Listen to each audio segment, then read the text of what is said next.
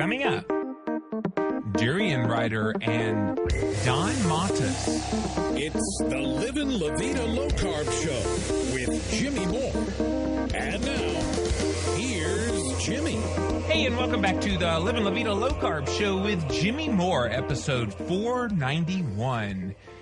Welcome back to the Livin' La Vida Low Carb Show with Jimmy Moore. And today, guys, I have been trying to get this guy for a long time. He is here today. You know him as Durianrider. A lot of people know about his website, 30bananasaday.com. He is a very well-known high-carb, raw, vegan diet advocate. And I wanted to just chat with him because a lot of you have said, hey, have you heard about this Durianrider? I'm like, yeah, I know who he is and I know the work he does. And I thought it would be kind of a good idea just to kind of talk to him and see what his diet philosophy is all about and why he believes what he believes. So Durianrider, welcome to the show. Thanks, Jimmy. Thanks for having me on, man. Well, tell us a little more about yourself. For those people who don't know who you are, and this audience, I can't imagine it's very many, but tell us a little more about who you are and how you became this persona online known as Durianrider. Yeah. Basically, I had a lot of health issues as a child. I was always a sick kid, the kid who couldn't do sport because he'd be too sick. He'd have asthma, I had Crohn's disease. When I got a teenager, I became a lot of acne. So I always struggled with my energy levels. And then when I became a teenager, they sort of magnified. Then I moved out of home, started making my own food, started just thinking maybe what I'm eating could affect my health. Mm-hmm. And then I got into more sport. I never had a driver's license, so I started riding my bike everywhere. And then I started meeting cyclists, and they started to go, well, maybe you need to eat more of this and less of that. And I got into bike racing. But then I sort of would always go back to high-fat foods or junk foods, and then eventually I got chronic fatigue really bad. So I had to go even one step more and really, you look at what I'm eating, what fuel I'm putting in my tank. And that's sort of led me to where I am now. I've been vegan for 10 years. I'm a high-carb advocate. Mm-hmm. Eat a lot of bananas. And that's where I'm at today, yeah. Well, give us a day in the life of your diet. I think that'll be curious for people to hear. Day in the life. So today, it's a good example. I woke up, I had about 20 of those large Californian organic medjool dates.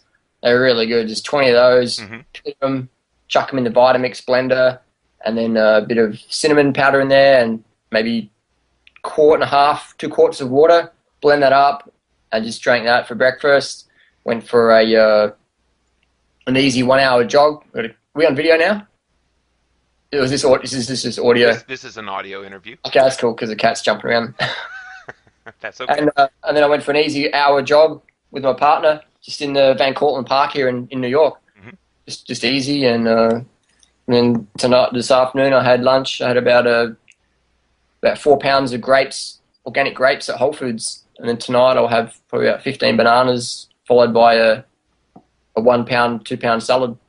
So do you make a lot of smoothies? Is that what I heard you say you did with the dates? Yeah. We call it Datorade. Datorade. Yeah.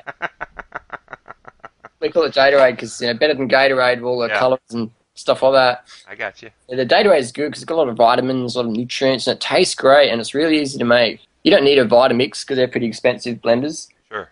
But you can get like a $20 blender from Costco, but the Vitamix just makes it even smoother. Sure. So yeah, smoothies are good because if you're like working in an office setting, you can just have a big gallon glass bottle or half-gallon bottle and just sort of have it under your desk and just sip it while you're working. So you can make that in the morning and it takes 5 minutes to make. Take it to work, you're good to go, and you get you can put 3,000-4,000 calories in a half-gallon jug and just shake it and sip it when you're ready. Now, we're going to qualify those calories that you consume because you're a pretty high-level athlete with all your bicycling. Yeah, I'm a high level and I'm really fit, but my volume isn't very high level. Like someone asked me the other day, I said, Harley, I don't believe you. I want to know exactly how many kilometers you ride and run per day. So it's okay. So kilometer-wise, I'm doing about 40 kilometers a day on average, which is about, 25 miles, 24 miles. Mm-hmm. I'm averaging about 1.7 miles jogging a day. So that's probably about 70 minutes a day, which is, I've caught the subway today for about 2 hours. Right. So it's, I spend more time on the subway than I do exercising. And if I have to miss a day of exercise, it's no problem. It's not I must exercise every day, but right. I walk upstairs every day. They're not doing something every day on average. Well, some would say 70 minutes of exercise a day, 25 miles of riding a bike is Yeah. pretty abnormal. That's pretty on the high end, the high percentile as Yep. far as exercise goes. Yep. Yep. I mean that. Yeah, I can understand that. But if I've been a personal trainer since 1999, so almost 12 years now, Hmm. and that's a volume of training I could get anybody and put it on, and they could do that. I could maybe put them on 3/4 of that volume of training. I could put them maybe 40 minutes a day of easy cardio. Hmm. You know, and if they're really, really, really sedentary and really never exercise, I could put them on. I could start them on 10 minutes a day of cardio and just build it up over the years. Yeah. And then eventually, 4 or 5 years' time, they'll be, super fit So without really going crazy on the exercise. so how important is cardio compared to say weightlifting? Well, I think they're both very important, depending on what sport you're doing. I mean, I do cycling and running, so it's all about being lightweight. Right. That's why I eat a lot of carbs, is to stay light. But if you're doing bodybuilding, then you're going to need to cut the cardio back, because the cardio just shreds it. You get too light. That's why you don't see sumo wrestlers running marathons or doing bike races, or you don't see bodybuilders doing marathons or bodybuilders doing bike races. So cardio is better if you want to be leaner, and if you want to be bigger, like stronger, then obviously it's about doing powerlifting, heavy weights, things like that. I've got a few vegan bodybuilder friends of mine, Yeah. and they eat pretty similar, but they won't go training with me on the bike because it's a catabolic. In a sport, we have catabolic and anabolic. Anabolic means building, and catabolic means debuilding, the Right. sort of thing. So cardio exercise is very catabolic to the body. It just sort of strips you down. That's why you watch a marathon, and the first 100 people are very slim, and then you might see a few struggles at the end, a bit bigger. Yeah. If those struggles stick at it long enough, then they'll be just, they look like a marathoner. So Yeah. it's, yeah. Now you made a statement just a moment ago, and I know you kind of snuck it in on me, and I'm going to come back to it here. That you eat a lot of carbs to stay light, but Yeah. I'm sure even you will acknowledge that there are some people who, when they eat a lot of carbs, they actually gain weight. Why do you think this happens? Yeah, I mean, because their definition of carbs is donuts or pastry or meat lovers pizza or cheese and chips and deep fried carbohydrate foods. My definition of carbs, this is a good question, Jimmy. My definition of carbs is like fruits and vegetables and, Mhm. say, whole grains, the rice. Even though I'm not a rice eater myself, I do promote rice. I just prefer fruit because I find fruit works better for my digestion, having a history of Crohn's disease. So I'm a big fruit eater. But I mean, I've got friends and they say, "Oh, but carbs make me fat." And I'm like, "Okay, let's go back to your house," or maybe we're at their house. And I said, "Let's open the fridge." And I said, "You show me what carbohydrate foods you think are making you fat." And they pull out the chocolate, they pull out the donuts, they pull out their ice cream, they pull out the meat lovers pizza. And I'll say, "Well, do you realize these carbohydrate foods are 50% calories coming from fat?" And they're like, "Oh, I didn't know that." And I'm like, "Yeah." And I said, "Well, how about you have a vegetarian cheese-free pizza?" And they're like, "Oh, that would taste disgusting." And I'm like, "Yeah, exactly. That's why you don't eat it, because if you did eat vegetarian cheeseless pizza, you wouldn't be as big as you are." And once you give them a vegan pizza, they're like, "Wow, this is pretty good." Or once you give them some good fruit or a good fruit smoothie, they're like, "Wow, this is pretty good." So low fat can actually be tasty. And it's a paradigm shift. Yeah. Hmm. But I mean, a lot of people, it's hard to handle. But I've never ever seen someone get big or maintain a big weight on fruits or steamed rice and vegetables. I mean, you go to like a fast food chain and, like everyone says, "I love my meat." And I'm like, "Yeah, I can tell you love your meat, and that's why you've got you where you're at." And so I've never seen, I mean, what's the stereotype of a vegan? Someone who eats rice, lentils, fruits, vegetables, and they're really skinny. Well, and there are plenty of skinny people that eat the opposite of raw vegan. Um, Definitely. and so, why do you think that there are differences in people who do your version of eating versus more of a paleo, low carb type of eating? Why are there success stories on both sides? I don't know any success stories on the other side, like in the athlete world I'm talking anyway. So Right? I see some athletes, they try and do the low carb thing, and they bonk. Like the word for bonking in sports is when you run out of glycogen. Right. So in cycling, it's called bonking. In running, it's called hitting the wall. And it's when you go into ketosis. And you just got no energy. Your legs turn to jelly. You get all confused in your head. You get depressed. So I've never seen any success stories on paleo athletes. Well, Um, perhaps in the short term you bonk, but once you become keto adapted, yeah. then you don't have that issue. Yeah, I mean, I've heard that, and I've never seen it. I've heard that theory definitely. I'm curious. I've put it out there a few times for any paleo athlete to come train with us Mhm. and show me how it works. But no one's ever taken me up on the offer. And I'm not to be cheeky or real. I'm genuinely like interested. I love to see someone do this because I'm purely curious because I love learning about how the body works and things like that. Mhm. I've just never seen. Even Mark Sisson, he says that if you want to do cardio on this lifestyle on his low carb lifestyle, he says it's just not possible. You can't maintain it, and he says if you want to do cardio, you have to get back on the carbs.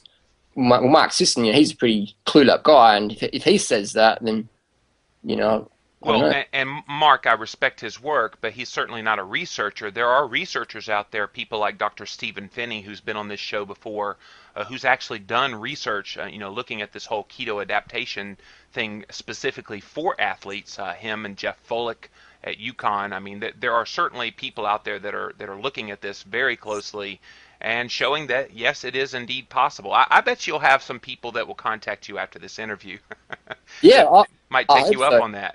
Yeah, my email is vegan bobster. That's VEGAN BOBSTER @gmail.com. And anyone's welcome to email me anytime. That's my private email, and I'll put it out there. Well, I certainly highly recommend that people do contact you. Yeah. And Harley, I got to tell you, you're not as much of a prick as you seem to be, and I mean that with all due respect, as you Yeah. seem to Cool. be on your videos and in the vitriol that you sometimes put on your blog. A lot of people are turned off by that, and I know you've told me, that's kind of a shtick. You're trying to get people interested in what you're having to say, and there's Oh, nothing yeah. more boring than it being just boring. You want it to be controversial just for controversial sake. So, is there any pretense to what you're doing, or is this just a shtick that you feel like works for you? What does pretense mean? Well, just basically, do you really believe everything that you're saying and the tone that you're saying it in? I think that kind of turns some people off that you would otherwise perhaps, have listened to your point of view. Like today, you're being very reasonable. People Yeah. will be able to hear you in a calm, clear manner, Yeah. but they don't always get that when they watch you on your YouTube videos or read your blog post about people that are on paleo low carb. Oh, definitely. Yeah. I mean, like, when I'm one-on-one with people, this is who I really am. But when it comes to YouTube or my blog, I like to put it out there, and Yeah. people ask me the question. Sort of when you're having a monologue like a YouTuber or a blog, I find it's good to have a bit of controversy, ask some questions, put it out there, and because there's people out there blogging, and if you want to have your thing stand out, you got to, in my opinion, be entertaining. Because we're in this world of click, click, click, click, click, next Yeah. channel, boring, whatever. And if you can create a bit of controversy, ruffle a few feathers Yeah. without making anything up, and share your opinions, share your experiences, and yeah, that's my style. But can't you do that without going to personal attacks against specific people? I mean, I've kind of seen that, and you've even come after me a little bit, and that's fine. I don't. I can. I'm a big boy. I can handle it. But Yeah, yeah, yeah. I just think that that's kind of tacky. When you have a point of view, why not just present your point of view and let people decide for themselves whether they think that you're full of BS or whether you Yep, have yep. the next greatest weight loss or health thing for them. Definitely. I mean, yeah, I mean, I've thought about doing that, and but I feel like a hypocrite because I'm wanting to say this and I'm wanting to say that, but then I've done the blogs and the YouTube videos where I'm all sort of, I don't say anything, and I feel like I'm lying to people. Yeah. I mean, if you ask me questions now, I'll turn it on, or I'll tell the truth. Mhm. In the blogs, I just like to tell people information that I would have liked to have heard when I first started my journey in health. And people ask me questions to say, what about, such and such? What about this? What about that? Why doesn't this work? Can you give me any real examples rather than just making up hypotheses? And so I'll say, yeah, well, look at this person. This person wrote this book and they're taking human growth hormone or they're taking testosterone, and they say that if you eat bacon, eggs for breakfast, you'll look like them. But they don't really divulge too much. They're on human growth hormone, etc. So I'll share that information with people and let them Sure. decide ultimately. And I don't think there's anything wrong with that. That's even something that I talk about quite a bit Yep, Harley, yep, is, find the plan that'll work for you. And if that's 30 bananas a day, then go for it. yeah, If that can not impact your health in any way negatively, then why yep, not? But yeah, for a lot of people, 100% raw vegan diet, which is what I think I hear you saying your diet is, yep, it is not at all ideal. yeah, man. They could just go vegan, that's really easy to do. Been in this scene a long time now, and I like to learn from other people's mistakes. And I've got a bit of a forensic mindset. When I was in high school, I wanted to be a forensic scientist, and I didn't get the grades, so I just sort of started working in the bike industry, and I always like to look at the details. I'm really, you could call me obsessive compulsive when it comes to details. I don't like taking anything to chance. I like to really have certainty. And when it comes to my health, I was sort of big, what's the word, crazy when it comes to my health. I really wanted to work out what actually works and why does something work, why does that not work. And I took the time out to really analyze things. And I'm not afraid to ask people questions.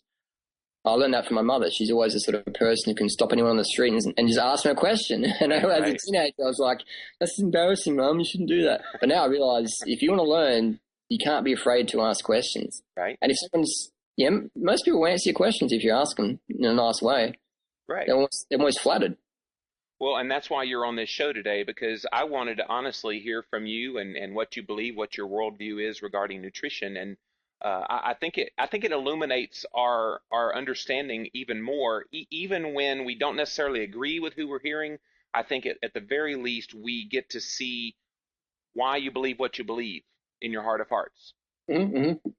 And I think that, what you believe is what you believe, and Yeah, nobody's going to change that, and nobody's even trying to change that necessarily. It's just, let's hear your point of view, and then someone can make the decision. Yes, that works for me. No, that yep, doesn't work for me. yeah, definitely. I mean, I always say to people, unless you personally experience something, you don't really know. It's everything else but your personal experiences is programming. Right. Rode my bike to the subway today, got on the train and got 20 pounds of bananas. And I'm looking at all the adverts on the subway, on the way to the subway, or I'm walking past, you got to eat chicken, you got to eat beef, you got to have a Sunday or something like that. And society's always telling you what to do all the time in regards to advertising. I'll wear a singlet all the time that says "Go vegan." And a girl got on the train and just said, "Oh, I tried vegan for a week." I said, "That's a good start." And then I said, "So what was your goal to go vegan?" She says, I wanted the detox.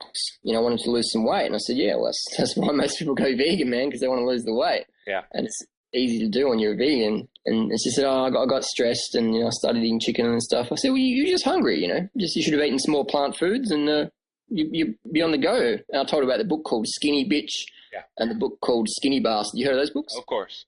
Yeah. And so I said, check it out. You get one on Amazon for probably $15. And she said, I'll check it out. And I like just giving people information, planting seeds, and they can go from there. So your argument for why people fail on a vegan diet is they're not eating enough calories? Definitely. If you put enough fuel in the tank, you're good. If you don't, your body gets hungry. Like in the 1960s, we had the world's biggest ever famine in China. Mm-hmm. And not many people know, but the history records prove it. It's on the internet. Just Google up China famine 1960s. So what happened is China, they had a bit of a government thing going on there where they wanted to become a big mega economy. So they started exporting their grains to the US and the EU and Australia for our livestock industries. So that's when, in the 60s is when the fast food and all the beef consumption just went through the roof. And so what they did is they starved the Chinese people so they could make money, and then the peasants and the farmers and stuff were running out of food. So what they had is they had a law where you could swap your children and eat them. So if you're hungry enough, humans become an item on the menu. So it's basically, it's like in World War II in Poland, in Leningrad, where they had the Nazis come in and sort of square off the city and say, okay, this is how it is now. This is the rations. They had access to the zoo animals. So first they ate the ox, and then they ate the zebras, and then the giraffes, and then the hippos, and then the tigers, and then the monkeys, and everything got eaten in the zoo. And then eventually people's pets got eaten. They ate the cats, they ate the dogs, they ate the rats, and the parrots and things like that. And then they started scraping off the starch of the wallpaper paste, because back then it was used, just use starch for wallpaper paste. So they started scratching off all the starches on the walls and cooking it up and adding a bit of salt and having potato wallpaper starch soup. And then the famine just continued on, and people, children started going missing, cadavers on the street started missing body parts, and then it became a sort of a unofficial law that you couldn't sell minced meat in that Leningrad sort of area, because if it was minced meat, then it could have been someone's child or someone's leg or something like that. Right. And then there's a story where one lady committed suicide. She jumped off the building and landed on a cooking pot of soup, and all her people just started eating all the brains and stuff that was splattered on the ground, just because I was so hungry. And if you're a vegan and you get hungry, you drop your standards. If you're on any sort of diet, like I've got friends who are not vegan, but they refuse to eat, Big Macs or McDonald's. Right. But when they get hungry enough, they'll eat a Big Mac out at 3 a.m. after a night of night clubbing, because they're hungry. And when you're hungry, your standards drops. I like to have quality fruit, but when I'm hungry, I'll eat fruit that doesn't taste as good as the quality just because I'm hungry. Right. So I tell people always, it's better to eat more than under-eat and then end up eating the real junk stuff that cause you the problems in the first place. And when it comes to carbohydrates, I mean, it's been my experience and experience of many others that are high-carb, low-fat, plant-based, vegan, ideally raw vegan lifestyle is the way to go. And failing that, a high-raw, high-carb, low-fat vegan lifestyle is excellent. Fruit for breakfast, fruit for lunch, rice and beans, bean burritos, rice cakes, or low-fat vegan nachos and stuff like that for dinner is fantastic. Risottos, oil-free pasta dishes, gluten-free pasta, oil-free vegan dishes are fantastic. Fruit's always going to be the best because it's got so much nutrients per calorie. And fruit is so slimming. I mean, the biggest issue with fruit, sweet, sugary fruit like bananas, dates, watermelons, grapes, is you can get almost too skinny. And a lot of people aren't comfortable being too skinny. I mean, I'm comfortable because I'm a marathon runner, I'm a cyclist. It's good to be skinny as a cyclist because you go fast up the hills and you don't have to train as much to keep the weight down, because you're eating fruit. It just sort of dissolves your body fat stores. I don't know how it does that, but it does. And a lot of people don't like being so skinny. That's why a lot of chicks go to fruit, because they want to get skinny. A lot of guys don't like the fruit because they get so lean on the fruit. I think, I'm feeling a bit thin here, and I'm not used to this. But being a road cyclist, I mean, you look at Lance Armstrong or the Schleck brothers, or these people, Cadell Evans, when they're fit, they're very slim.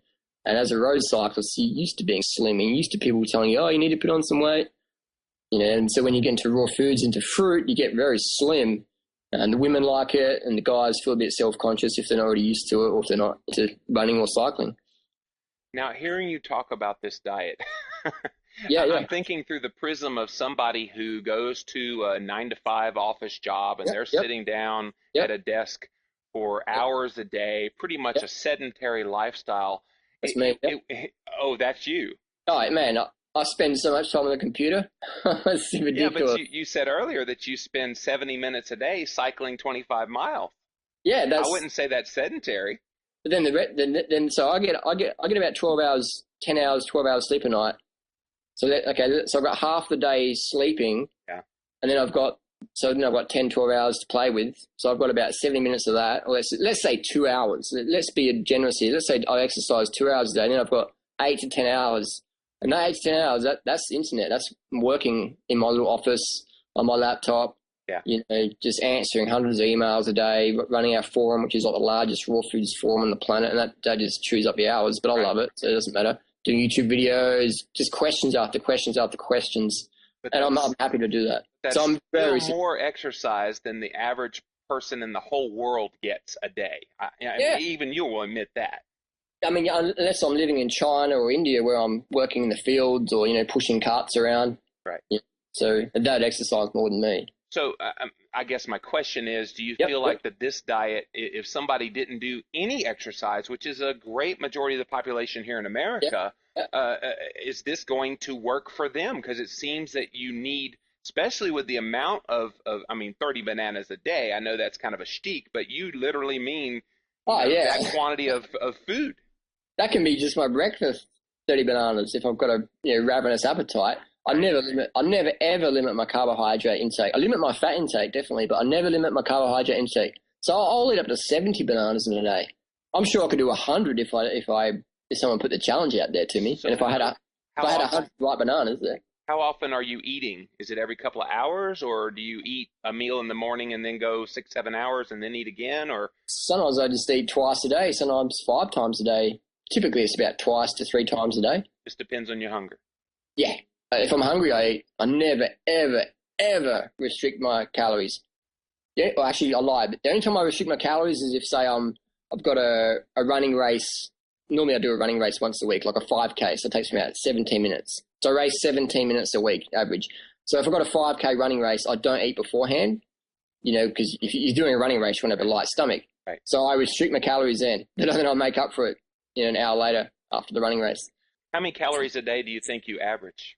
About 3,500 as a minimum, Mm-hmm. anywhere up to 7,000, 8,000. And I'm 6 foot tall, 145 pounds.